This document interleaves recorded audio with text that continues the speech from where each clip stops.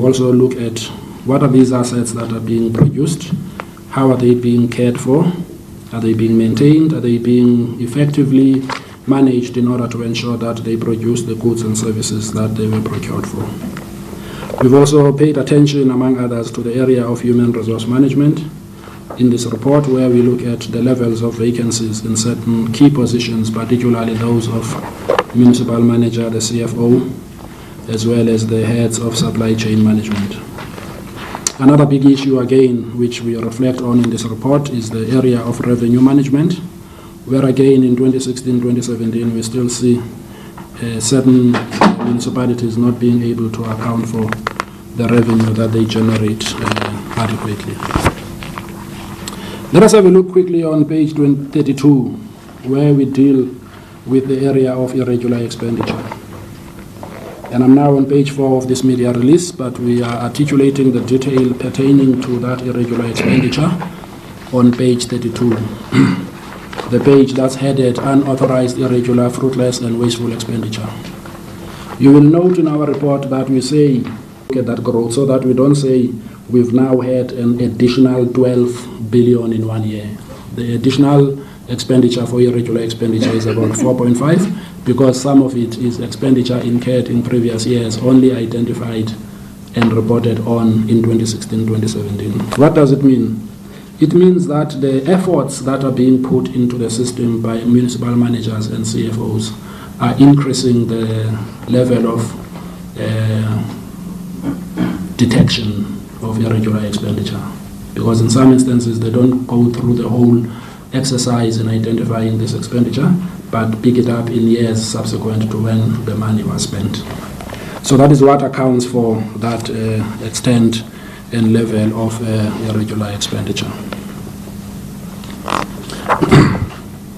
And I think if you want to see how we unpack all of this irregular expenditure in detail, as well as some of the instances to which it relates, as well as some of the provinces that were affected by this irregular expenditure, you will see we've basically identified the top 10 contributors to this irregular expenditure, whether or not it was incurred in 2016-2017, but we have taken the full quantum of the amount. You will see on page 34 of the report that the Eastern Cape leads the pack with regards to the total extent of irregular expenditure incurred by municipalities in that province. It accounts for about 13.5 billion of the total, followed by the Northwest, then Gauteng, and so it goes with the rest of the other provinces. And if you look at also the same irregular expenditure, if you look at which municipalities were the main contributors, regardless of which province they came from, is what is set out on page 36. Nelson Mandela Bay Metro has that amount. It still is a significant amount that has not been dealt with by councils. And the amount that has been addressed to date is just about a fraction if you think about what 1 million represents in relation to 30 or 43 billion in total.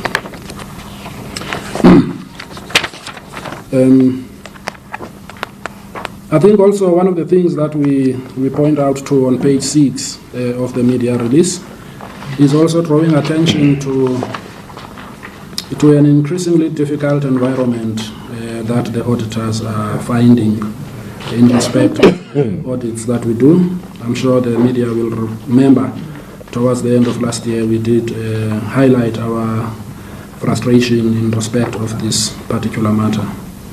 And in the latest period, we've had many staff members citing instances where they were confronted by intimidatory and hostile environments, especially where they were shining the light in certain instances on areas that were not looked at before.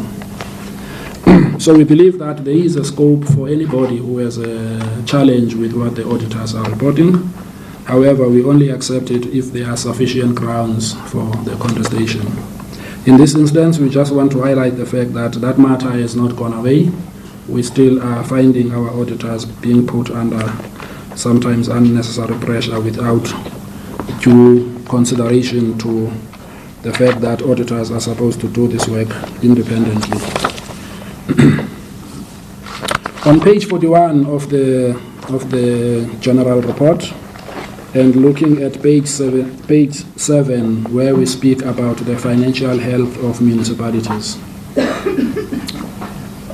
We are saying here the inability to collect debt from municipality consumers was widespread among a number of the municipalities. And I think it's a reflection of the sentiments that we have picked up both in the most recent budget votes as well as of yesterday when the minister spoke to some of the challenges in financial management in local government. And I think it is inevitable that these municipalities, for as long as they are not able to collect the debt owing to them, will find it difficult to balance their books. In total, about 31% of the municipalities disclosed a deficit, meaning that the expenditures that they had incurred, I'm looking at page 41 now with all the movements that we are referring to here, where we say about 31% of the municipalities disclosed a deficit. These are instances where the revenue that they were able to generate overall suddenly got exceeded by the expenditures that were associated with the revenue that was generated. This puts a strain on their ability to continue to spend on the things that they need to spend on for as long as the revenues they ought to generate slip away from them. We also highlight the fact under the financial health of municipalities that the financial woes of local government also weighed heavily on municipal creditors. The impact of this inability to pay creditors was most evident in the huge sums owed for the provision of electricity and water to ESCOM and the water boards respectively. I think there was a significant exposure of this matter when ESCOM and the respective people from SALGA as well as National Treasury were speaking about this matter in respect of monies owing to water boards and ESCOM. The financial statements that we have signed bear evidence to the significant amounts over periods of time that have not been paid to these primary suppliers, especially that they are at the coalface of the things that most of these municipalities deliver, which is water and electricity. We've set these out clearly in the financial statements, and I think for an appreciation by municipality of how this plays itself out, I would refer you to look at the respective financial statements to scrutinize exactly which municipalities owe which of these utility companies how much over what period of time. Another point that we are highlighting again in these audit outcomes, on page 41, we are drawing attention there at the top right hand to vulnerable financial position of municipalities, where we say about 31% of the municipalities, which represent about 73 of them, disclosed in their financial statements that they may not be able to continue operating. Although they have to continue operating, they were reporting that they were in a particular vulnerable financial position at the end of the financial year. That was June of 2017. Meaning that when they look at their finances and they analyze the financial commitments that they have, as well as those that they are still to make, they find that they are either not going to be able to have the necessary cash resources to continue to pay for the things that they ought to pay for. And that's why we want to draw attention to that issue, to say the list that was produced by Treasury or by COGTA in respect of the vulnerable municipalities is consistent with the same municipalities that we have examined from an audit point of view, which means that the level of vulnerability was not exaggerated. It is consistent with what we have also found, barring the fact that the numbers may not be the same, but we just cross-checked in a number of these provinces, and we found that there is sufficient evidence to suggest that those vulnerable municipalities were also thrown out through the audit. I think it's important also to look at page 41 at the bottom in respect of the provincial overview, just to get an understanding of which among these provinces have got the significant majority of municipalities that are in this vulnerable position. You will see, for example, the Free State. This is now the provincial overview and the overall assessment of vulnerability if you look at them just at the bottom of page 41 on the left-hand side, Free State leads the pack, followed by the Northwest, followed by the Northern Cape. These are the three provinces that have the majority of municipalities who have demonstrated a significant level of vulnerability. For example, if you just pay attention to the Free State box there, where we say overall assessment of vulnerability in the Free State, where there were good indicators found, there was no municipality in this province that we found to have good indicators of strong financial management and financial health. Neither did we find those that were of concern, meaning that they were either here or there. However, we found all 18 of them requiring intervention in order to stop the bleeding. As far as the Northwest, if you look at the next one, is about 59% of them. About 13 municipalities in that province are in a specific serious financial difficulty, and followed by the 56% of the Northern Cape.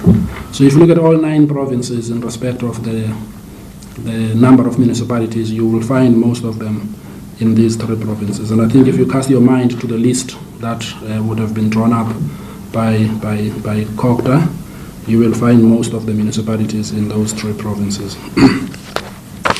Let me quickly step down to page 38 and just look at quickly this area of fruitless and wasteful expenditure. I think all I need to say insofar as this one is concerned, fruitless and wasteful expenditure, it is basically expenditure incurred where real opportunity not to incur it was not taken advantage of. This is where we pay interest unnecessarily, we pay penalties unnecessarily, because we do not assign people to make sure that whatever obligations we have are met and carried out on due dates. As we know, in major contracts, if you don't do it, you then pay something. Now that is expenditure incurred in vain because you've got nothing for it. All you do, you pay because you didn't pay attention to the fact that you must submit a VAT return or you must pay a particular creditor because there are terms. If people bring their equipment on site to come and do a road or water infrastructure, every day they wait for a decision to be made. They normally impose penalties for those kind of things. So that is really what we are looking at, and you can see the numbers are not big, but if this is left unattended, it is potentially about 1.5 billion of expenditure that could have been used for various other activities. Somewhere on page 42 to page 44 of this general report, we there speak about the shortcomings in the development and maintenance of infrastructure. What we do every year, we pick up different areas of infrastructure management and infrastructure expenditure as managed by the different municipalities and test it in respect of compliance with very many prescripts that come with it. You will know that some of them come via conditional grants as well as other grants that are the likes of your municipal infrastructure grant, public transport network grant, as well as the urban settlement development grant. These are the grants that we have examined through this audit, as well as what has been reported on in this general report. The information pertaining to our assessment of all of these grants, right down to the provision of road infrastructure on page 42, as well as the provision of water and sanitation, and lastly, the maintenance of water infrastructure, as well as the extent of water losses as articulated in page 44 of the release. So there's sufficient information that we have shared here just to give a sense of what our assessment of the findings has been in a number of these areas. Some of them, for example, the findings that we have made, especially if you look on page 42, targets not being achieved in respect of what had been committed, road reported achievements not reliable, as well as supply chain management findings associated with the delivery of infrastructure and its maintenance in a number of these municipalities. As far as the road infrastructure is concerned, we also highlight also through each of the provinces as to which provinces had major findings in respect of this, because once most of these project management disciplines are not in place, that's when we start seeing the escalating levels of fruitless and wasteful expenditure in a number of them. So that will be the detail with regards to each of our assessment of the project area. I'd like to perhaps look at page 10 now of this media release and say that as we are going through this report, alongside we are also dealing with the committee on the Auditor General, and I'm sure the chair will take the floor later, where we had in 2016 agreed with the committee that there's going to be a process initiated in Parliament. And really, I think this particular amendment of the Public Audit Act is largely about addressing consequences, among other things, through an audit legislative instrument. That's effectively what that is about. And we are saying that when we raise the issue of consequences not being there, most people were asking us, so what are you going to do about it? And what I'm reporting now is that the process that will give rise to that capability for the audit office is nearing completion, having been commenced in 2017, and we hope through it will be another instrument that had not been in place that will assist in reinforcing many other initiatives that are taking place either in COGTA or in SALGA or in the National Treasury. But just for interest's sake, we've also highlighted in the yellow block under that paragraph instances that already exist where we are not able to activate this power to refer these for investigation. What could have been had this particular power been in place already? An example, for example, among others, is that in one particular audit where we identified certain issues pertaining to financial reporting as well as the employment of a consultant, there was no service level agreement, there were no regular contract extensions, and excessive rates paid, and a lack of monitoring of the work performed by the consultant. Despite the AG reporting on to the board that this contract was potentially fraudulent, the board did not take any action to investigate the matters raised. Now, the reason you are using this example, you are saying if a particular authorized body does not take the required action to deal with some of the matters that are findings in the audit, this particular power will enable the audit office then to step in and do it themselves so that we can get to the bottom of exactly who and how much and what consequence will attach to that particular situation.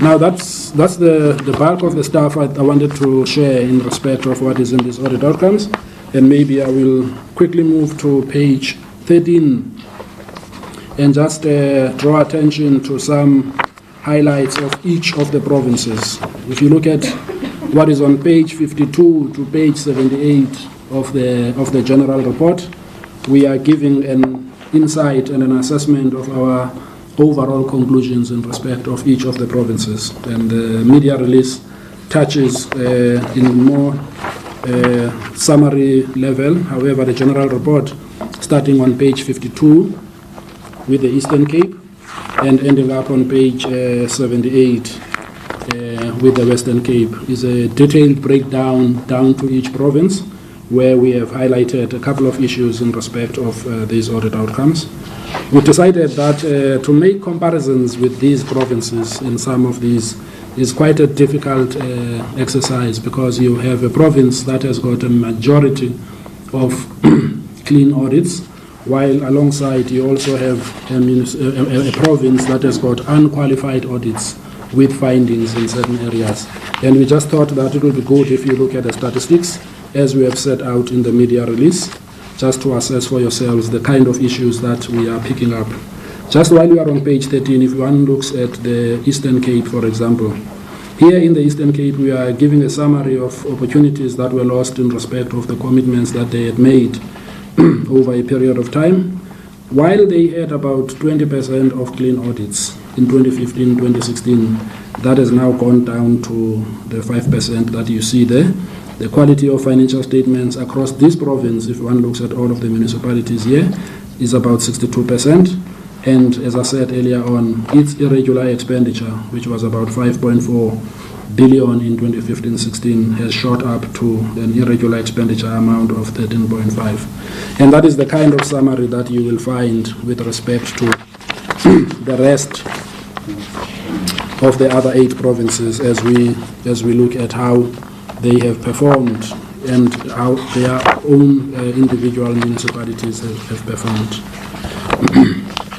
And lastly, perhaps as we finish this feedback on this general report, I think it is worth noting that at the back of this report, from page 80 onwards, to make it easy for those that are going to write and analyze the report, from page 80 to page 88, those 8 pages, we really set out the key issues that are pertinent to understanding the audit outcomes, as well as understanding the different types of audit results that we reach as an audit office. We also give an insight into how the audit process works, what we audit and how we audit it, as well as the scope of the different areas that we focus on in an audit. A detailed explanation of the meaning attached to terms like irregular expenditure, the likes of fruitless and wasteful expenditure, as well as what our understanding based on the legal instruments is of the likes of your conditional grants, how they should be handled, as well as the purpose for which these grants are audited. We've also given you an insight into exactly what we look for in the performance reports that are presented. We are not validating the fact or otherwise of the delivery of services, because we are not trained to deal with that. We examine the data and the information that gets reported in the financial statements to check whether it is not likely to mislead the user of the financial statements. We also take a look at the human resource element to assess its effectiveness while going through the issue of the control effectiveness that we examine. And lastly, some of the issues that we also look at here is what is the role of each of the ones that are providing assurance. Right from the senior management on page 86, what are the senior managers expected to do in a particular municipality in order to deal with, prevent or avert the growth of these levels of negative audit outcomes. Municipal managers and municipal entity chief executive officers, the mayors, the internal audit units, the audit committees, the coordinating and monitoring departments that are not in the day-to-day institution of local government, but have got a coordinating role, whether they are provincial or national institutions. And lastly, the municipal councils, the municipal public accounts committees, as well as the portfolio committees on local government. So that when you look at that section of this report, which deals with our assessment of the key instruments that are meant to deal with these audit outcomes, at least you can have a context of what are they expected to do, what did we find as lacking in their pursuit of these particular disciplines. So that is the overall audit report and the issues attached, as well as the context and the background to them. But I thought perhaps let me just deal lastly with what is on page 46 of the general report. And on page 46, we reporting on the issue that has been in the public domain over time in respect of the use of consulting services, where insofar as the financial reporting discipline is concerned, the amount is more or less the same as what was spent last year, but still high, as it sits at about just about 0.7 of a billion. Am I right? Yes. 0.7 of a billion in total. And these are costs that are incurred by municipalities overall towards the assistance and the services that they get from private sector institutions that assist them with their financial management disciplines. However, one also needs to draw attention to the fact that the money spent on the one side is one, but on the other side, there are also issues of our assessment of effectiveness, which is what is on page 46 on the right-hand side, where even if you go out and get the services of a consultant, if your ability to manage records as well as to manage the instruments through which you are going to report are not effective, then the consultant is not going to help. If the management of the project that leads to the generation of adequate and reliable financial statements is not strong, then the consultant is not going to work. Some of the consultants themselves did not deliver what was intended, and I guess we can examine the reasons for it. The lack of records and documents, among others, is that, and in some instances, the appointment of consultants becomes a knee-jerk reaction upon learning that you are headed towards a disaster in an audit, and then you wake up thinking that the solution is going to be to go and appoint and procure the services of a consultant, and then you end up with a lousy audit outcome afterwards, having spent that much money. That's what page 46 is about. It's an assessment that is not improving and has been at this level over a significant period of time. Let me leave the media release of these audit outcomes at that and say that we once again have noted a lack of movement over a period of time as we have assessed this thing over the 5-year period, but also taken a step at a year-on-year comparison of these audit outcomes, and we want to leave it at that in terms of the detail to share with you. Thank you very much. Thanks, AG. Colleagues will now take responses from the AG's guests. We'll start with Kopta, Deputy Minister Anderson. After him, Councillor Mkwaku, Honorable Nyambi, and Honorable Smith is closed. Thank you very much, and thank you very much to the Auditor General for your report. Just to convey apologies on behalf of Minister William Kize, who is attending Cabinet. The Ministry of Cooperative Governance and Traditional Affairs welcomes the audit improvements in some municipalities, and we express serious concerns regarding those who have regressed in light of the 2016-17 audit report released by the Auditor General today. We congratulate those 33 municipalities that have received unqualified audit opinions with no findings for the period 2016-17, and again express very, very serious concerns regarding the general regression in audit outcomes as announced by the Auditor General today. While the number remains very low, too low, COPTA does note from the Auditor General's report that a total of 145 or 56% of municipal audit outcomes are classified as unqualified. We do believe that this does represent a basis for national and provincial governments' ongoing support programs to improve financial management in municipalities.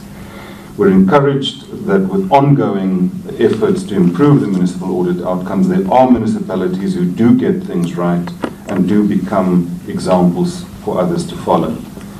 We believe that the Auditor General's report is a very useful yardstick to gauge the general performance of municipalities, and it also corroborates COPTA's own assessment through our Back to Basics program that 1/3 of our municipalities are functioning well, 1/3 are getting many of the basics right, but experience serious challenges that they need to be supported in, and 1/3 of our municipalities are, quite frankly, dysfunctional. COPTA is striving to achieve the ideal municipality as one that contains the following ingredients. Firstly, to provide democratic and accountable government for local communities. Secondly, to be responsive to the needs of the local community. Thirdly, to ensure the provision of services to communities in a sustainable manner. Fourthly, to promote social and economic development. Fifth, to promote a safe and healthy environment. Sixth, to encourage the involvement of communities in matters of governance. Seventh, to facilitate a culture of public service and accountability amongst its staff. And lastly, to assign clear responsibilities to the municipal management and to ensure the coordination of administrative units and mechanisms. Given this constitutional and legislative mandate, the Auditor General report today indicates that there is an urgent need to intervene in distressed and dysfunctional municipalities as they have been confronted by a series of problems. Institutional capacity and widespread poverty have undermined the sustainability of local government, leading in some instances to a catastrophic breakdown in services. It's within this context that since joining COCTA in February of 2018, Minister Mkhize has set in motion various interventions through the Back to Basics program, which will contribute towards improvement of municipal audit outcomes. The Minister has engaged big business and black professionals to secure their support to distressed municipalities that often struggle with contract management and the inability to plan, deliver and operate and maintain infrastructure which is dependent on the competence of municipal officials. In the immediate term, the Minister has announced that COCTA is to deploy district technical support teams who are experts that will be deployed to municipalities to focus on infrastructure planning, delivery and maintenance, financial management support, governance and administration issues. These teams will be supported by the Rapid Response Technical Team, which will be assisting the financially distressed municipalities to develop financial recovery plans in collaboration with National Treasury that ensure that they are able to access the financial management conditional grant offered by National Treasury to promote reforms in financial management and build capacity in those municipalities. We are currently engaged in multidisciplinary, multi-departmental visits to provinces as part of COCTA's process to refine the interventions that we will be implementing. I can just mention that the Minister has already visited the Eastern Cape, and those provinces that are next in line would be North West and the Free State. All of these efforts are geared at ensuring that municipalities have effective governance systems in place and that qualified and competent senior officials are there to manage municipal finances with accountability within the applicable policies. Since the constitution of the new councils after the municipal elections, the Ministry has worked closely with other government agencies such as the National Treasury, the Department of Monitoring and Evaluation, the Auditor General, SALGA and provincial governments to induct the new councillors and support them in discharging their oversight responsibilities effectively. This commitment remains. Working with the National Treasury and SALGA, the following measures are being implemented in municipalities to improve financial management. Firstly, the strengthening of municipal oversight structures such as municipal public account committees and municipal public disciplinary boards of the 10 municipalities with the highest unauthorized, irregular, fruitless and wasteful expenditure. The councillors serving in these structures have received training since November 2017. Secondly, the deployment of audit action plans for municipalities with adverse or disclaimer audit opinions to address the root causes of their audit findings. Progress has been noted since the engagement started in November 2017. Improving compliance with the supply chain management processes through the use of the central supplier database of the Office of the Chief Procurement Officer to prevent the awarding of municipal contracts to public servants as highlighted by the Auditor General's report. And fourth, management tools such as guides, circulars, financial capability maturity model, the financial norms and indicators, a guide and toolkit for municipal public account committees, standard operating procedures, etc. have been developed and are being implemented to address gaps in internal controls and financial management which promotes non-compliance with the Municipal Finance Management Act. COCTA will continue to provide the required support to all municipalities that are in distress to ensure that they deliver services as per their mandate, and we are equally prepared to intervene in those dysfunctional municipalities where such support does not yield the desired results. Thank you.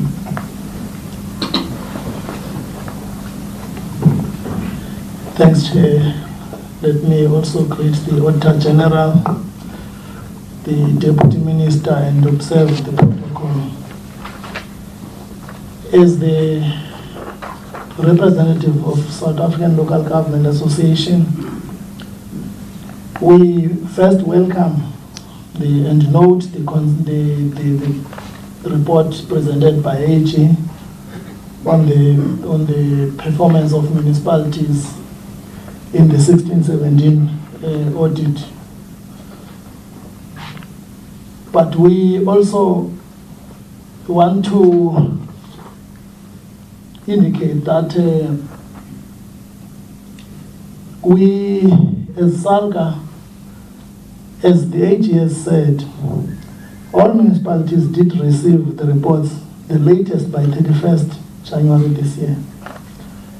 And as a result, we have actually done work through our own working group, as the financial working group of SALGA, to make sure that we emphasize that it's not only important to prepare the audit action plans, but also the implementation is what is key for our success as municipalities. So we note that there is a lot of regressions, as is indicated today, but as SALGA, we also have a program which we call the Municipal Audit Support Program, which the reflection that we get today indicate that we need to intensify and improve our work around that so that we improve accountability, we improve systems in the troubled municipalities. This is after AG found that approximately 350 billion total expenditure budget of 257 municipalities, which constitute 3.5%, was spent irregularly, mainly due to non-compliance with supply chain management regulations. In the majority of instances, we know that as SALGA, the non-compliance with regulations does not necessarily mean that services did not arrive on the ground. But what is most concerned is whether the value that we paid, we wanted to get, we did get in the same tune as the money that we spent in buying those values. Hence, we also echo the voice that we have a concern around the growing irregular expenditure. So in the 15-16 audit outcome, the AG recognized that this program of MASP by SALGA has an intervention that was assisting municipalities that obtained audit opinions, disclaimers of audit opinions, and those with audits that were not finalized by the legislative deadline was actually assisting. What we also note that we did was that as SALGA, we spent more of our programs trying to push out those that are in red zones to move out of that area.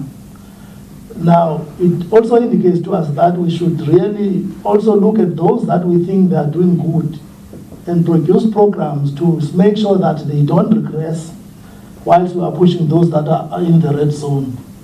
However, SALGA is concerned by the latest findings, which shows the regressions as reflected in the quality of financial statements, quality of performance reporting, financial health of municipalities, and increasing unauthorized, irregular, and fruitless and wasteful expenditure. Hence, the AG proposed amendments of the Public Audit Act. We think it will give the intended results, because we have always been told that the lack of consequence management is one of the things that should be addressed. So we think that once this amendment has been effected, it will also play its role in assisting us to wipe up the challenge that we are facing. In a bid to intensify audit support, SALGA will be identifying appropriate capacity building interventions to enhance the capacity of municipalities to exercise strong accountability and consequent management. Since the launch of MASP in 2014, SALGA has provided hands-on support to selected municipalities in a form of assisting with financial accounting assistance, preparation of annual financial statements, and providing technical views and guidance. In addition, transversal support has been provided to all red zone municipalities through training in councillor capacity building, annual financial statements, asset management, revenue enhancement, debt management, as well as internal audit and municipal public accounts committees. So we did hold some workshops and trainings along these important areas. During the 16-17 financial year cycle, SALGA is pleased that there are a sizable number of municipalities that were supported across the country, where we have seen movement out of the disclaimer or adverse opinion, though the number is not what we wanted to see.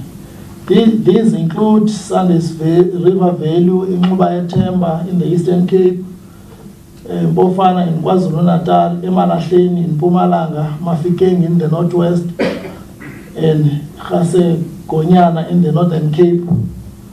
Further, through the MASP program, Prince Albert municipality in the Western Cape also improved from unqualified audit opinion to a clean audit.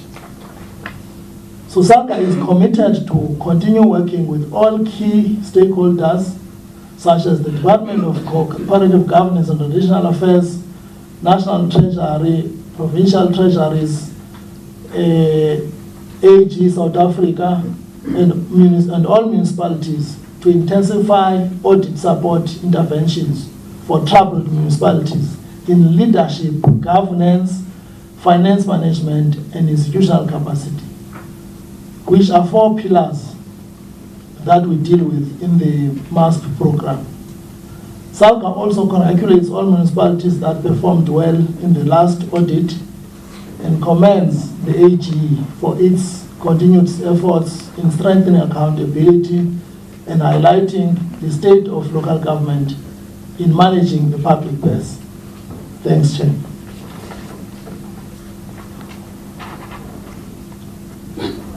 Deputy Minister Nel, AG Magwetu, Chairperson Honorable Smith, leadership from SALGA, members of the media, good afternoon. Let me also join the Deputy Minister and the leadership from SALGA to welcome the AG's report. Over the past 3 years, I've had the pleasure of participating in this important platform, perhaps with the benefit of representing the aspiration of oversight in changing the governance outlook. It is concerning, though, that for years that I've been part of this process, there seems to be very little progress made. The question we ought to ask is, why are we not seeing progress? Why our interventions as oversight, Honorable Smith, not yielding the required results? Could it be that we are not stamping our authority as legislators? And could it be that we are focusing our attention on less significant areas?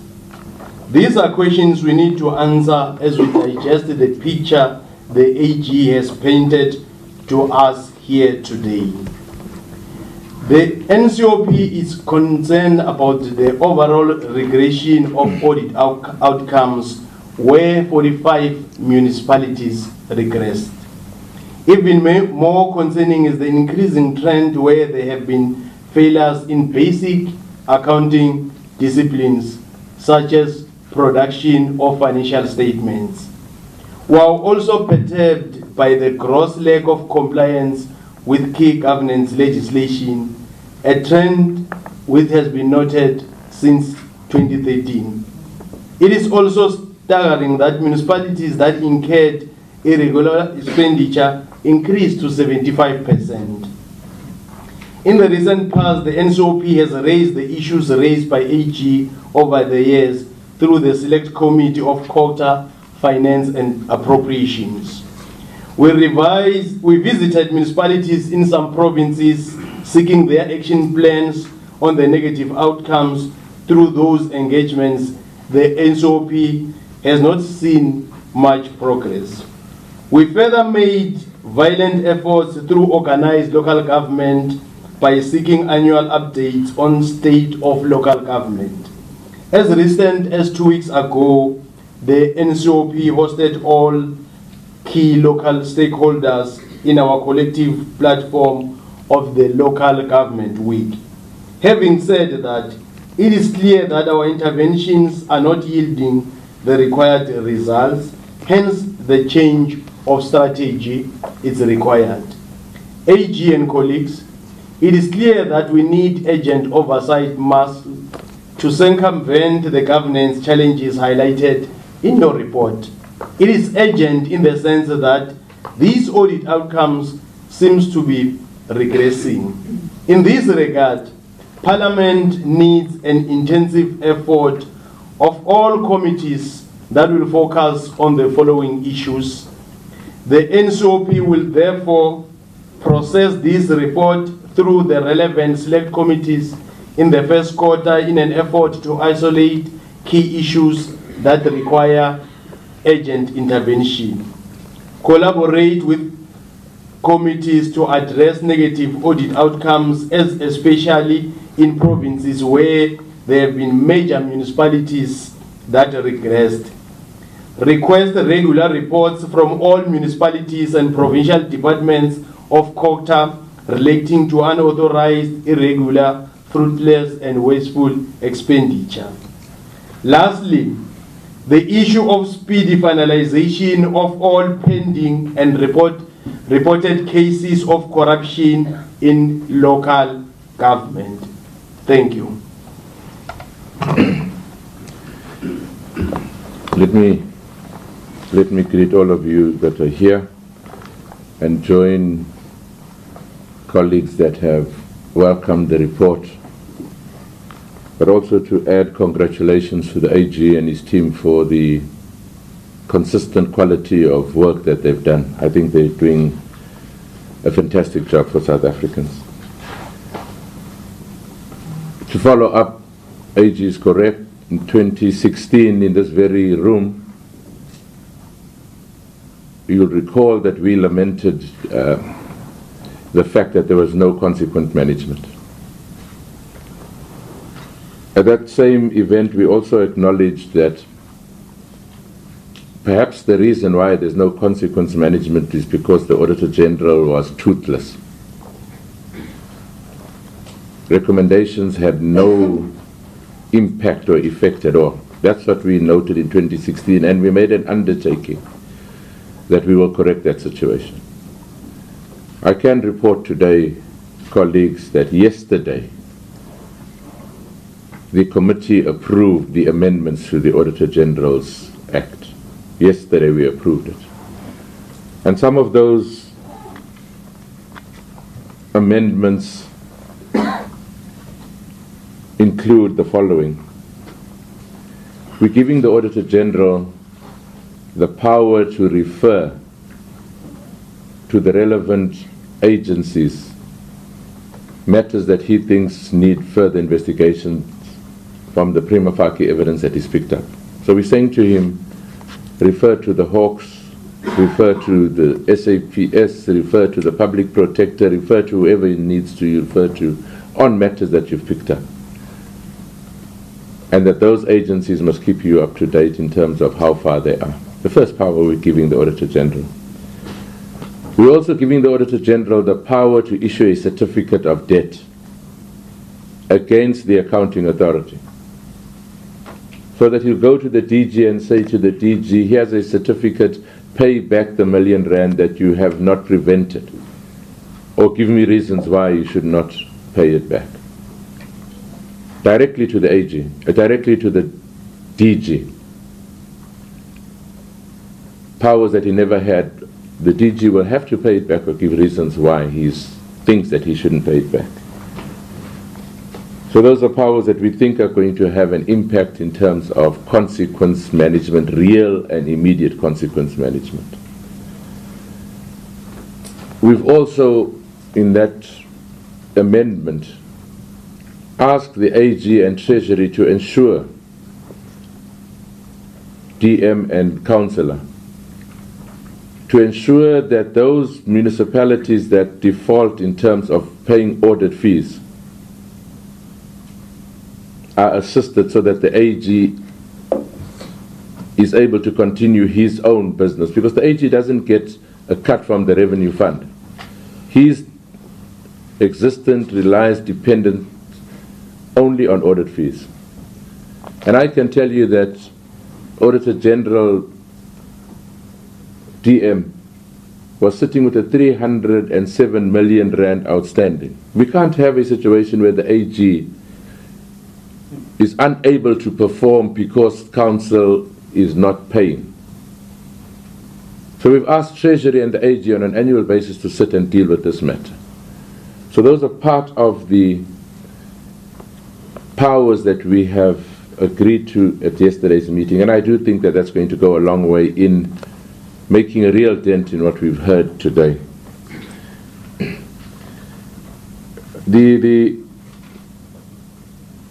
You know, on page 32, or the unauthorized, irregular, and fruitless expenditure, I think we need to say it today so that it's very clear. This perception that we shouldn't be harsh on irregular expenditure because, in fact, there was service provided. That notion must be dispelled today. Because you see, if I paid 60 rand for this bottle of water, you can't argue that service was provided, water was delivered, when that bottle should be costing me 10 rand. It's diplomatic speak.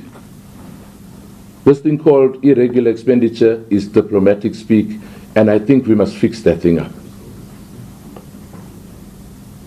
You know better what to call it. I'm just saying it's diplomatic speak, and we need to fix it up. So, Honorable Nyambi, you asked the question, why is it that these things happen? Is it not proper oversight? I think it's because up to now we've been just very diplomatic.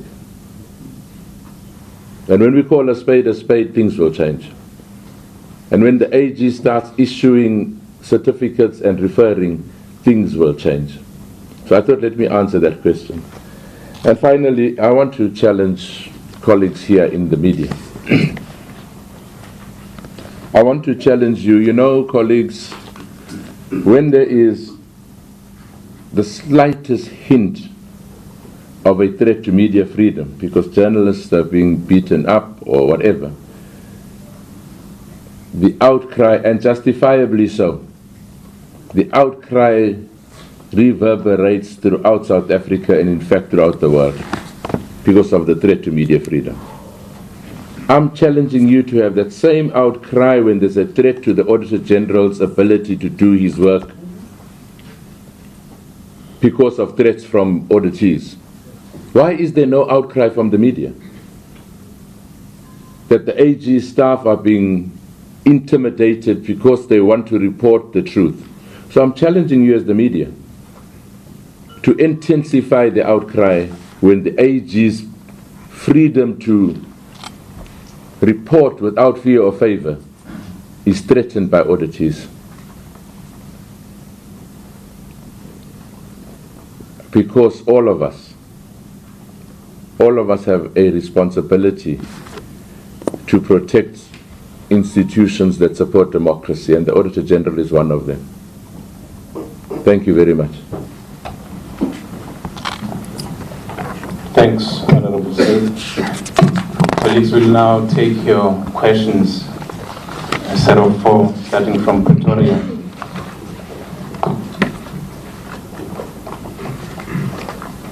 Ish, do you have any questions from your side?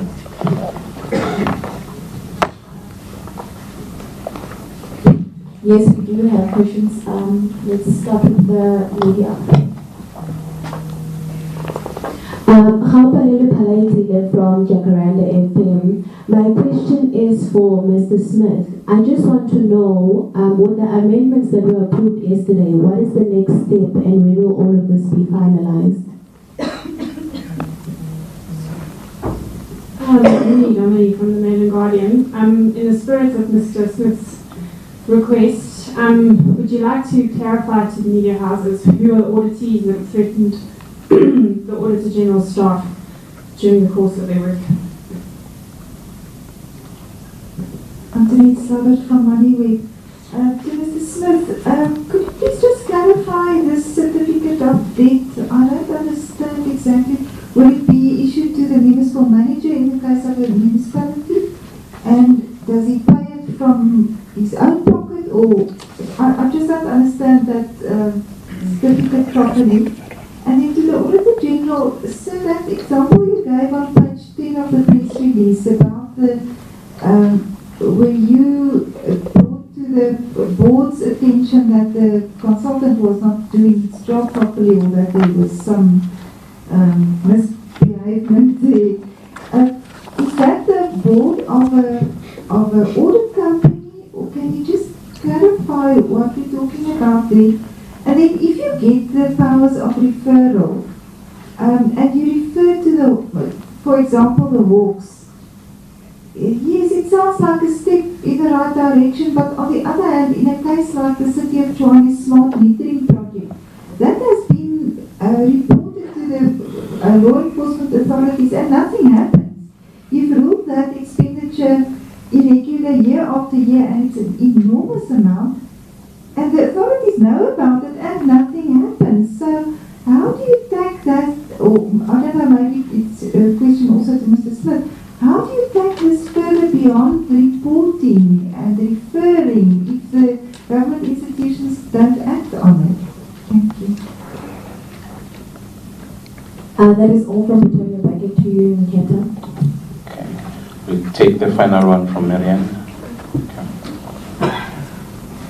Hi, I'm Marianne Merton from Daily Maverick. It's a question to the politicians, to the Deputy Minister. Why would you think that doing the same thing over and over again would lead to a different result, given that support has been rendered? Operation Clean Audit, almost a decade ago, it isn't working. And isn't the real issue that the ANC employees at local government level are basically ignoring governance and government governance, and that in the ANC factional politicking, particularly in the Northwest and the Free State and KwaZulu-Natal, this has been allowed to unfold. Because quite frankly, if you look at Buffalo City Metro, since the redeployment of the past two mayors, who all have issues pertaining to them, since the new leadership came in there, for example, Buffalo City has indeed improved. To the gentleman from Salga,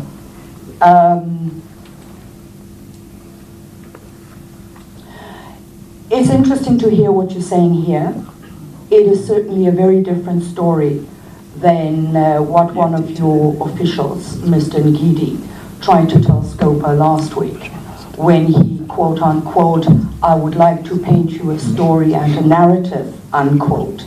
He tried to basically blame ESCOM for the fact that electricity debt by councils as of last week stands at 13.9 billion rand. Scope being Scope didn't let him get away with it, but yeah, it was everybody else's fault. So in terms of organized local government association, isn't it also time that you actually tell your members that there may be big people in the ANC branches in a particular council, but it's really time that they do what needs to be done in the interest of the residents in those councils. Thank you. Thanks. We'll start with Honorable Smith, AG, Deputy Minister, Councillor Mtwapa. Thanks very much, Director. What's the next step? The next step is that by Thursday, the report from the committee will be ATC'd, in other words, presented to the House, and we're hoping for it to be debated before we rise and adopted. All right, taking you out of that briefing, Auditor General Kimi Makwethu releasing the audit results. He has the powers. So that's the next step. Our view is that before we rise this term, we want it to be finished in terms of all processes at Parliament. It'll be ATC'd on Thursday, at the absolute latest. Who are the auditees? Can I suggest AG answers that one if he wants to? We certainly have the report. We don't want to mention names because I don't know how far the AG has gone in terms of verifying it, but if the AG wants to respond, he can. But I can assure you that there are incidents of AG staff being threatened. But AG can respond to that if he wants to. And the same with how does the certificate or the issuing of the certificate assist? I think the AG can deal with that. And then the final question, so what if you do a referral? Because he's done it all along and nothing has happened. I don't think the solution is that the AG, or we should say to the AG, don't do it. I think the solution is that we must fix up the agency. If the Hawks are not doing what they're supposed to do, then that's what must be fixed up. So, yes, they might not have done anything up to now, but I think that's where the focus should be, that they should be fixing it up. Added to that, maybe I should indicate to the questioner from Pretoria, in my other life I serve on SCOPA. And we have now decided at SCOPA that we will invite the Hawks to all our meetings and ask them at every meeting, how far are you with this particular case? So that will be added pressure that we will put onto the agencies, asking them, there's a case that has been referred to you, what is the progress? So I'm hoping that all those initiatives will assist and alleviate your fears. Thank you very much.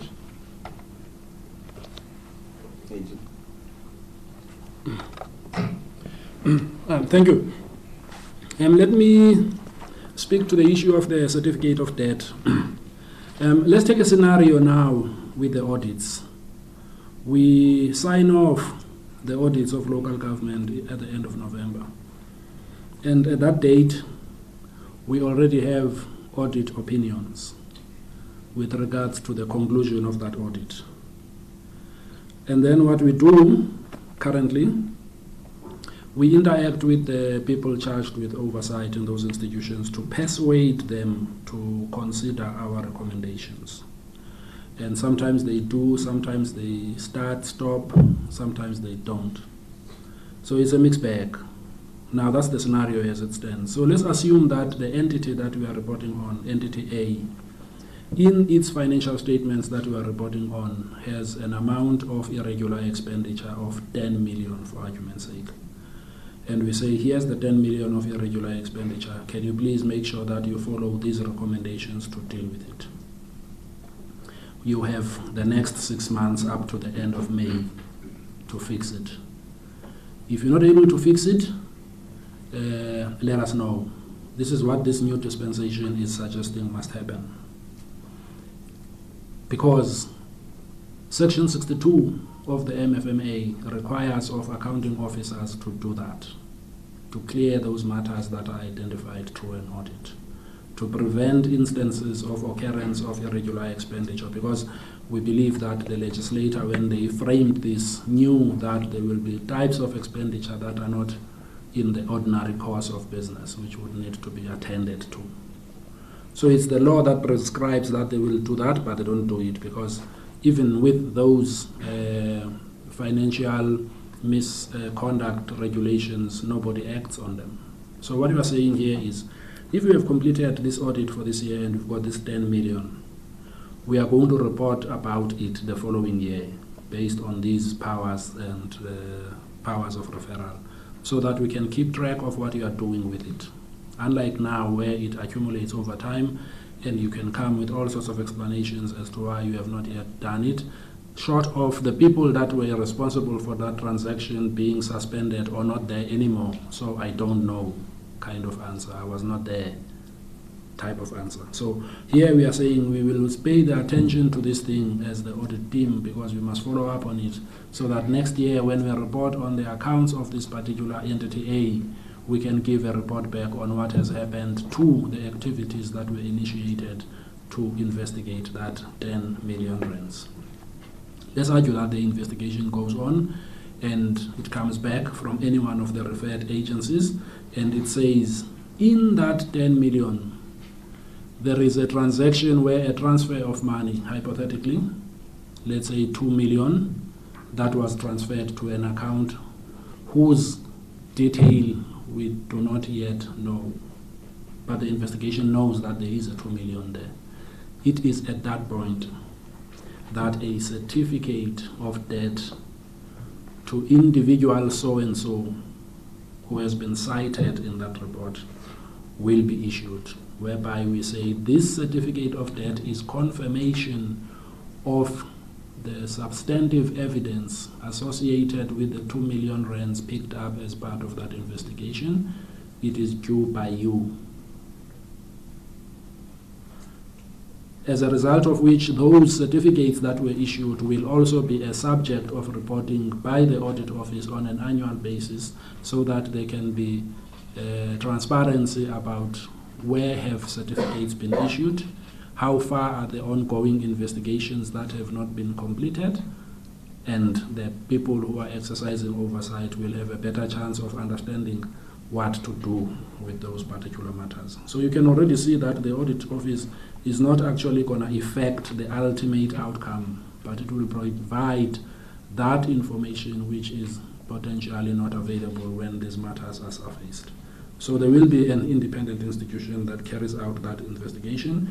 Upon reflection of the feedback arising from that investigation, will the consideration of issuing a certificate to say that MFMA allows you to do certain things with this irregular expenditure. In the meantime, while you are taking too long or you are not providing the answers, here is what we consider to be a proportionate portion of this amount owing by whoever that particular individual is.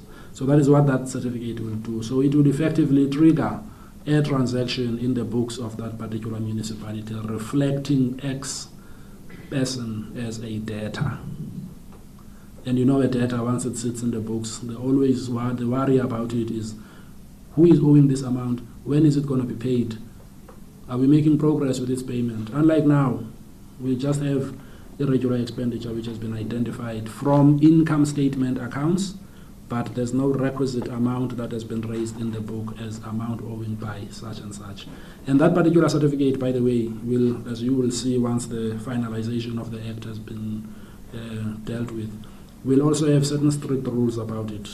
The fact that it will also be reported through the Speaker, among others, as the quantum of certificates that have been issued in respect of findings made on those items that have been followed through in an investigation. So this will be a mechanism that provides sufficient transparency, as well as it will, unlike an audit doesn't point a finger at a particular individual. An audit currently points a finger at a breakdown of controls in the system. This next step is to say, in the light of the breakdown in the controls, here's so-and-so and so-and-so who seems to be behind this persistent breakdown in these controls, hence the financial losses that are being incurred. And so a certificate is about trying to get to that. Let me just quickly give an example on the one institution in the continent that does this. The Audit Office of Ghana.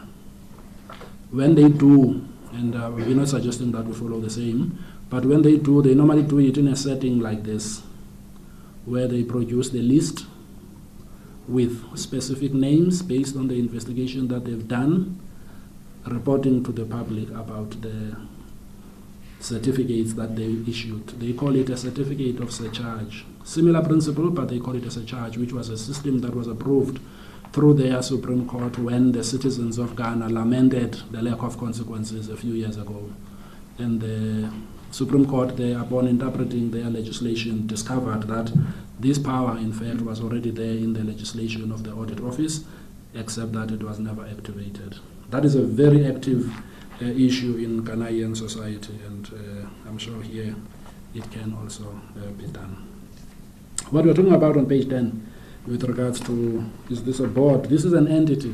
It's a public entity, and that's why we're making reference to the board on this particular matter. And it's just one of the examples where there were glaring issues with regards to what we refer to as material irregularities. And I think if you look at the framing of that amendment, even as it came out in the Gazette in January, it speaks about refer suspected or known material irregularities through the audit.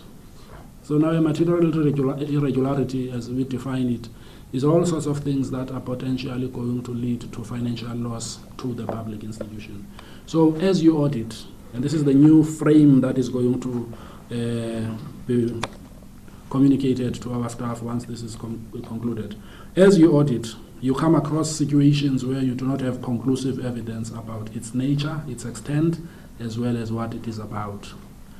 As auditors, we are instructing our audit teams across the board to identify those instances of possible material irregularity that could result in things like irregular expenditure, so that we can at the end have a consolidated picture across the board as to where do these things exist and where are they not being addressed. Another extreme example is with regards to disclaimers. If you have a disclaimer currently, you can easily have a disclaimer for 5 or 6 consecutive years without anything happening. There are many municipalities in a number of these 3 provinces which I highlighted, which have significant institutions that are disclaimed. Now, a disclaimer of an audit opinion means that the auditor is not in a position to express an opinion because you have not provided the auditor sufficient audit evidence for them to reach a conclusion. If you leave that situation like the way it is, the people who are preparing the books become complacent because they think that if the auditor doesn't know, I also claim not to know, and somebody does nothing about it, then we'll retain the status quo and just continue to pay the things that do not make sense in certain cases. So we are also saying through this particular amendment and referral, repeating instances of disclaimers mean that there are some contracts or documents that are not surfacing as part of the audit examination, and those instances must become automatic referrals for investigation so that an independent entity can get to the bottom of what are these contracts, what are these documents, what is this audit evidence that you are not capable of producing within an operating cycle of 12 months. I think, Chair, that's the bit I wanted to speak to. Thanks. Thank you very much. Just in reply to Ms. Merton's question, we are very disappointed and very concerned, not because things haven't changed, but exactly because things have changed. Things have improved within the local government financial management area. It's a pity that the Auditor General's report doesn't have the historical section that they normally do, and perhaps if I could be slightly out of order, maybe to ask Program Director through you for the Auditor General, maybe just to give a bit of a historical reflection of where, for example, we were in 2011, when far, far less than 50% of our municipalities had gotten unqualified audits. By the 15-16 financial year, we had reached a stage where just short of 60% of our municipalities were either having clean or unqualified audits. We had reached a stage where 80% of the total municipal expenditure was being spent by municipalities with unqualified or clean audits. We had reached a stage where, according to last year's Auditor General report, and I think the year before as well, the Auditor General said that we were solidly on track to reach the National Development Plan's target in terms of eliminating disclaimed audit opinions. So there has been an overall positive trend of improvement. So doing the same things has yielded results. It's not insanity. And we've got to realize that we're in this for the long haul. It's not going to happen overnight. Building capable, responsive, accountable local government is a long-term project, and we've got to stay committed to that. Some of that is going to entail doing the same things over and over and over again until we get them right. There's also scope, a lot of scope, for doing things differently and deploying different measures. And in that context, we also welcome the announcement made by Mr. Smith that the committee has approved more teeth for the Auditor General. What getting those things right entails is providing leadership, provide a commitment to doing the right thing in terms of the Constitution and the law, and thirdly, to have consequences for not doing the right thing. We also then would just like to remind you that Minister Mkhize, in his budget speech, has mooted very strongly the idea of linking the contracts of municipal managers to the issue of not getting disclaimers, the serious issue that the Auditor General referred to. You then raised the question of the ANC. Of course, I'm here today wearing a government hat. I'm not an ANC spokesperson, but let me just say the following. In the course of our work in COGTA, we've found good and bad amongst all parties in municipalities throughout the country. The issue of corruption is regrettably something that does not have a propensity to infect the members of one party only. There are some bad cases all round, regrettably, and we've had to deal with those and intervene in them, and we continue to do so. But I think in the case of the ANC, I think it's no secret, and the ANC, is, when I last checked, has never made a secret about the very, very serious problems that do exist with regard to corruption. I think one only has to read the Secretary General's reports for the past number of national conferences, where those matters are highlighted very seriously, very openly. And I think, as you correctly point out, they, as serious as they are not insoluble.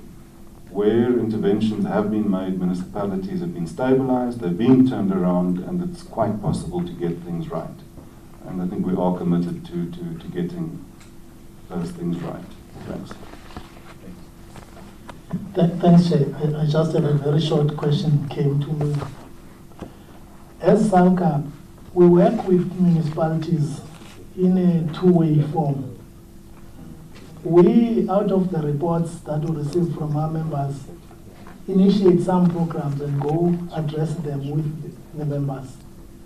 Alternatively, we open our doors for members when they find that there are things that they can't deal with, to come to us and ask for form of assistance. But now if matters go to a sense where they become more of a political party related matter, then depending on the extent of that, we use the IGR forums where we meet with MECs of provinces and take that to the office of the MEC. Because we can't run around to each and every one political party dealing with political issues. Or the national leadership of SALCA talks it with COGTA National. So we have got strong working relations with COGTA, either nationally or in the provinces, so that wherever that becomes more of a political matter that requires a political party addressing. So we don't go there ourselves, but we liaise with COGTA, whether it's the minister nationally or the MEC in the provinces. Thanks, Chair. Thanks. We'll take the final set of questions. Paul, Lester, Women.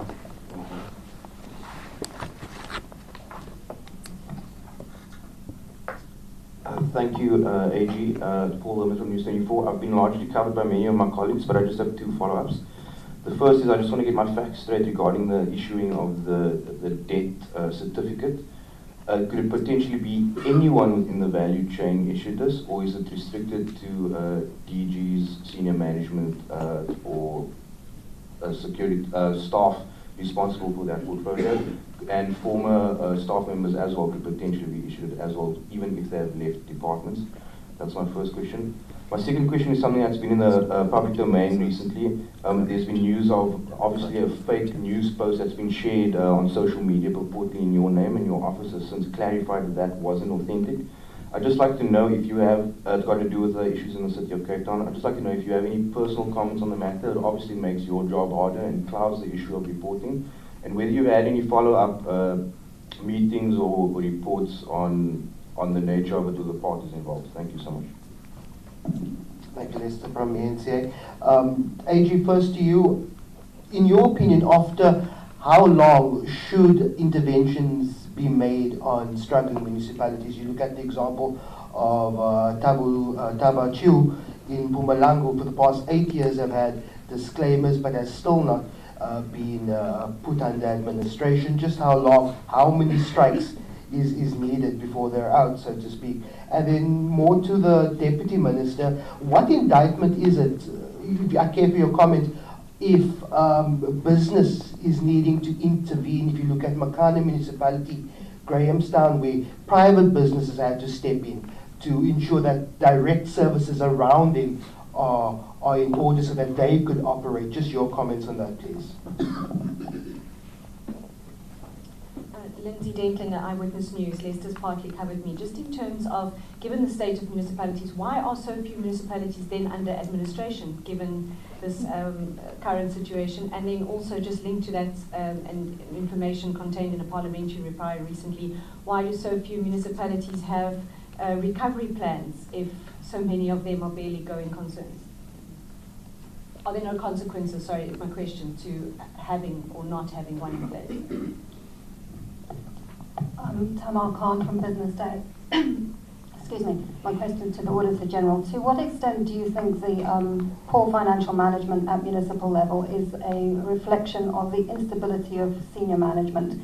Treasury released a report a few days ago on the state of municipal finances, and it highlights how a very large proportion of municipal managers and chief financial officers are not permanent positions.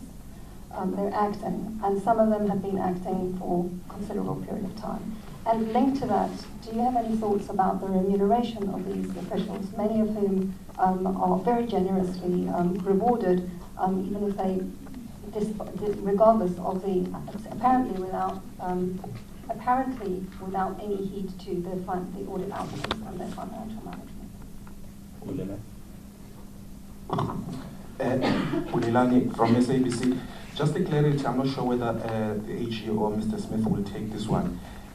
The new amendments to the Public Audit Act, would those give the AG powers that are equivalent to the Public Protector? In other words, it would make the recommendations now legally binding. The second question around the certificate of debt, what status will that certificate have? Would somebody who is contesting it be able to take it on legal review?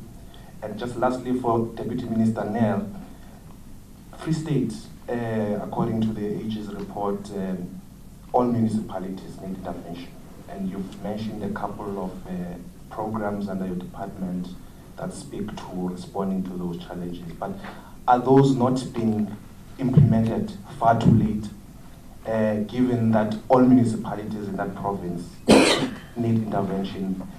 Would the issue of putting those municipalities under administration be one of the options, given that, I mean, they're all, struggling? Thanks.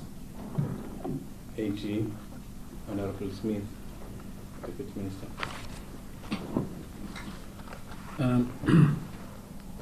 The coverage of the certificate, I think we're looking at the accountability mechanism, which says who is accountable for preventing instances of these financial abuses. And I think it will flow from there. If there are any other identified persons, if you come into a municipality and you are clever enough to figure out somebody else's password, and then you make a transfer via the electronic funds transfer as if it was a genuine creditor, you probably, through this investigation, that particular individual will also be cited, so there will be a portion of it that will also attach to you. But if also we are dealing with a contract that had been implemented or was being implemented over a 5-year period, and you are no longer there in year number 7 when the investigation is being done, I think the appetite, and I'm sure Mr. Smith can add to this, the appetite that the committee had was to find you.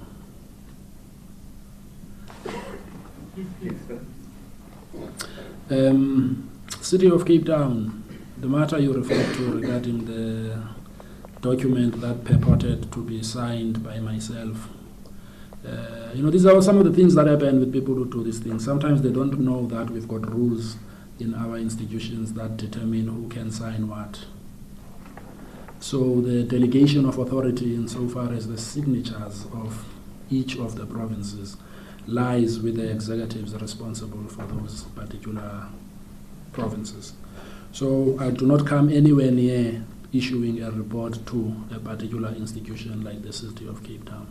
So I've since done a follow-up with the leader of the Democratic Alliance last week, Mr. Maimane, who had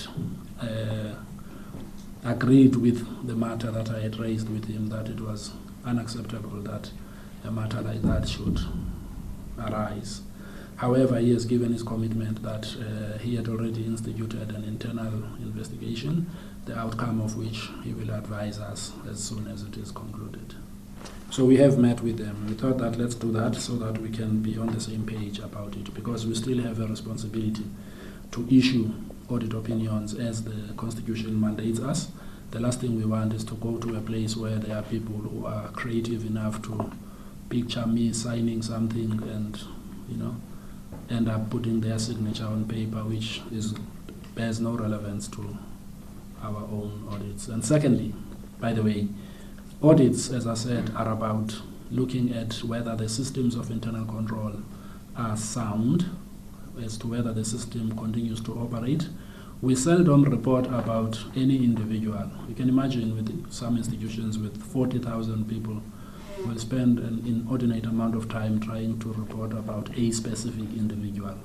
So that forged thing was about a specific individual, which comes nowhere near the kind of work that we do. So I tried to clarify those things to Mr. Maimane, and he was understanding and made a commitment that he will share with us the outcome of the investigation that they are busy with. Struggling municipalities, how long must it take before an intervention is made? Picture the scenario that I just painted earlier on. If we let the next year proceed, and the year after we've made a number of interventions with the accounting officer, the intervention ought to be immediate once we have this instrument in place. Because what it will mean is that we now are putting the spotlight on this 10 million as a transaction, even if it may be an isolated transaction or it doesn't bring down the fortunes of the municipality on its own. But it is those individual instances that add up to a big nightmare. So it will perhaps be immediate in relation to what we have experienced in the past, whereby we will now, as auditors, also be active in identifying these matters. Our report, both our annual report as well as the report on audit outcomes, will find its way into the oversight structures as quickly as we often do it. So we hope that the turnaround time in respect of these interventions will be identified in advance. And really, some of these interventions may well be about providing support. You might find that an institution consistently gets a disclaimer, but the person who is in charge of finances cannot distinguish between a debit and a credit on a broad daylight. Now, that kind of intervention requires a little more roughness insofar as, please step aside. You're not the chief financial officer that is required to manage this 30 billion budget. It will be those kind of issues, I guess, because what is the disclaimer about? Is it because you don't know, or you are deliberately suppressing information? Those matters will be highlighted as quickly as possible so that we don't get these municipalities to drag into a situation over 7 years where they can no longer be helped. Because the reality is that when nothing happens in a short space of time, the other people who came honestly in the institution also get affected. Because remember, the invoices come to them, the ones who are junior people in creditors. They can read, they can see what's on the invoice, and they can see what is happening with those invoices. And when they see over time that nothing happens regardless of this, then they also change their mind and end up doing it themselves. Because they know that the one that is supposed to hold them out is unlikely to do so, because they already have copies of their invoices anyway from the last 8 months about all sorts of stuff. And that's where the issue of the tone at the top, I think, is going to come very important in this, because it's not just going to be helped by the auditors, but it's also going to be helped by those that lead in those institutions to set the right tone at the top. Because it's difficult for people who exercise oversight to call out the rest of the people in the institution, all thousands of them, when they themselves have dipped their fingers in the till. Because the invoices are coming from outside, from a third party. They mean what they say when they charge the institution the amount of money they charge for the services rendered. So we think that the elevation of these issues through a reporting mechanism of material irregularities will probably help in the turnaround. Let me also say that because of the nature of an audit, we are not coming up with an instrument that is going to resolve everything. The nature of this thing is that people sometimes collude between them in an institution. And when there's collusion, however smart you are as an auditor, you're likely to miss some of those things, because the one speaks to the other and the other one speaks to the other, and then they make this thing look like a harmonious song when you are listening to it. It happens. Those are some of the limitations of an audit. So I think let's be alert to the fact that some of these things can continue. But the reality is they never continue ad infinitum, because there's a point where you reach a cul-de-sac, however smart you might be in terms of defeating the systems of internal control. You may not be caught now, but you may be caught further down the line, even if you were clean now, because further down the line things are going to happen that are going to throw you out.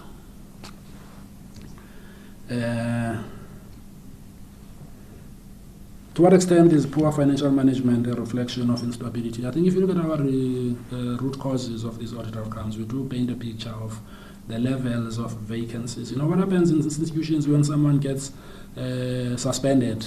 They are no longer there to do that supervisory function. It either remains open or it gets done by someone half-heartedly.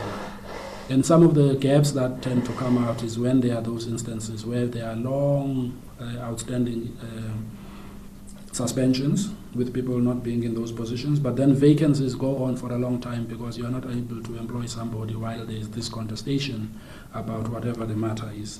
So there is indeed a direct link to issues of instability, let alone when the administration as well as the governance institution in a municipality do not see eye to eye on certain issues. The other one tends to trip the other, and you start getting elements of instability encroaching into the administrative environment, because every other approval becomes a questionable matter between the ones who are supposed to implement as well as the ones who are supposed to set policy. So instability does feature as one of the key root causes.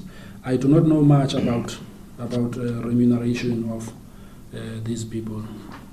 I think there are other authorities that deal with issues of remuneration, so I will tactically not say much about the issue of remuneration. Certificate of debt can be reviewed like any other stuff. So yes, if somebody feels offended by the fact that a certificate of debt has been issued, then they can collect their own evidence to challenge the basis on which that particular certificate has issued. Because remember, we would issue it only when we have substantive evidence based on an investigation. So it will be a case of, okay, here's ours, show us yours, so that we can then take it to the next level. So indeed, it's not going to be a final word. It's going to be what we believe ought to happen, provided you give us something that dispels our view. Will you then be able to get it relooked? But the amendment does provide for a mechanism like any other instrument for someone to lodge an appeal should they feel that they have not been treated well. Right. Let me just touch on two aspects and maybe start with the last one. AG is correct that we have got provision for review, as is the norm in any dispute, that you have the right to respond. But I think what we must say is that your right to review shouldn't be seen as the AG stepping down, because he's independent. If the AG feels that my case is still strong regardless of what you're saying, the final arbiter will be the courts.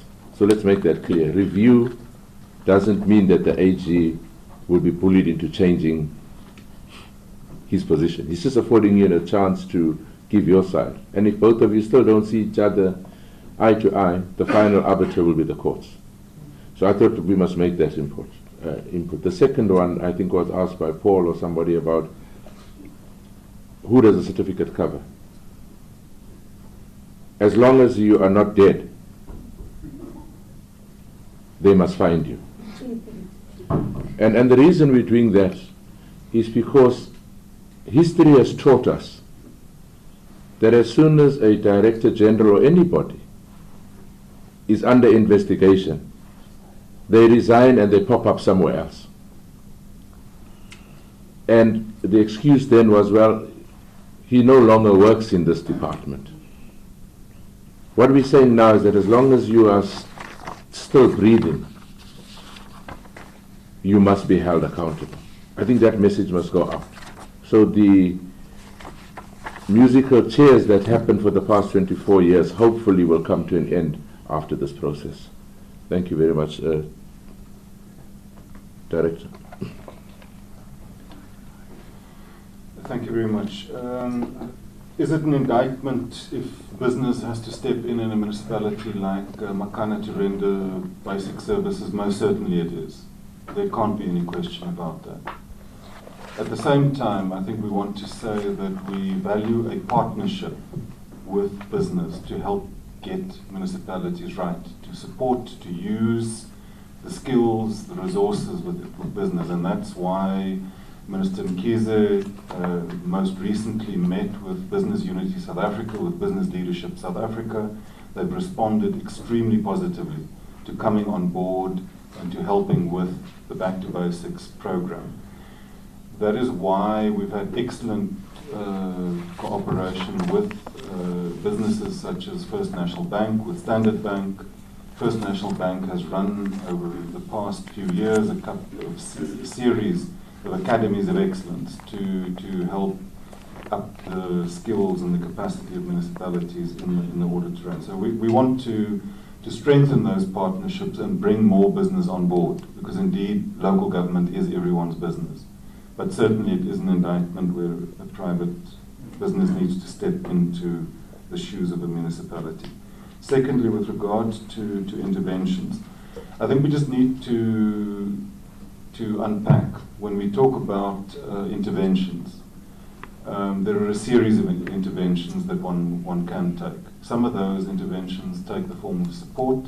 Some of them are more formal in terms of Section 154 of the Constitution, where you support a municipality, but you do it within a regulated constitutional framework.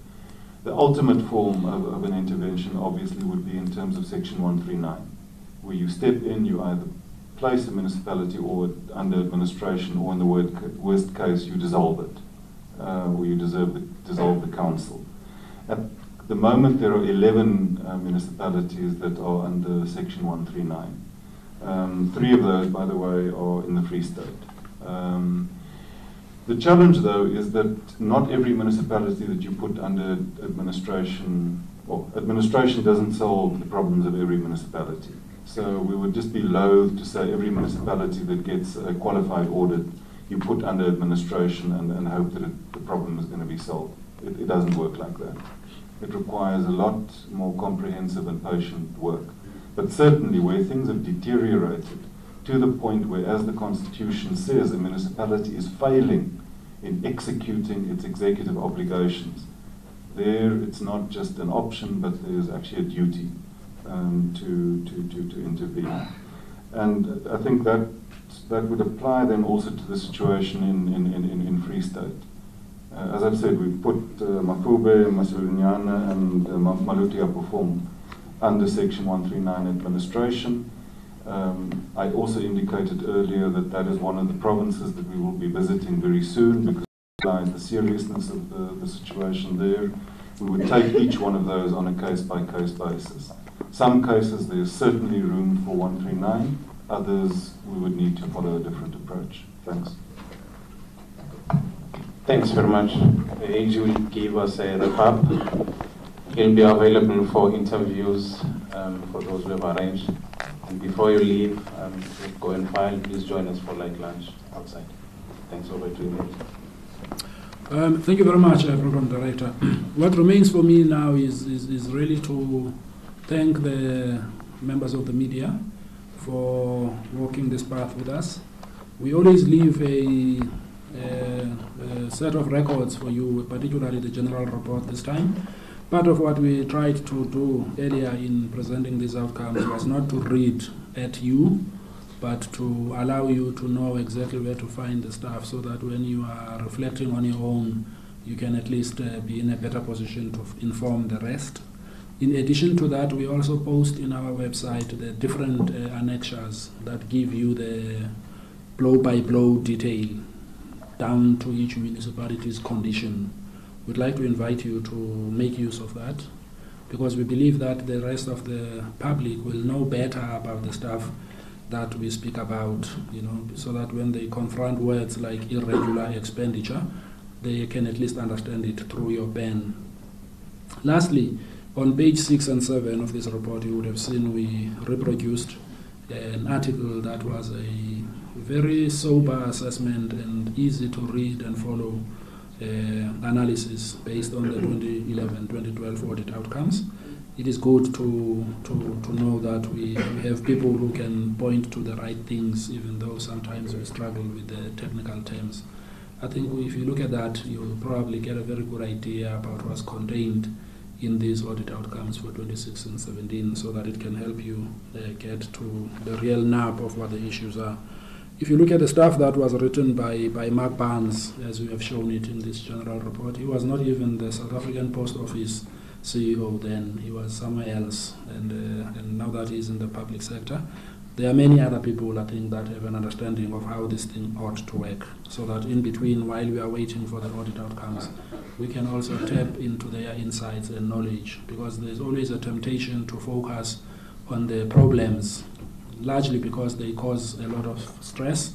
However, there are many that know what ought to be done simpler, and maybe it may be a good idea for also turning our attention to those reservoirs of knowledge, so that we can make sure that when we get these audit outcomes, we use them for purposes of changing the culture of lack of accountability, rather than to repeat the same percentages year in and year out.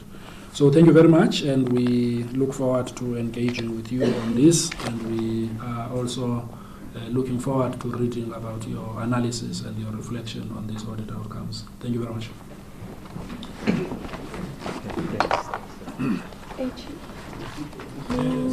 You very politely sidestep the answer or the question around incidents of intimidation, etc. No, we haven't. In fact, I forgot, because you remember last year. Last year, you remember, we reported it last year. But now what has been happening, we haven't collated the data specifically. Widespread? Well, I mean, isolated? if you remember, it was PFMA then. It's not isolated. Some people still come to us and say, I got an anonymous call, someone telling me that I know which schools your children go to. So we haven't got our finger around it, hence I can't comment to detail. The issue around water and sanitation is very clear.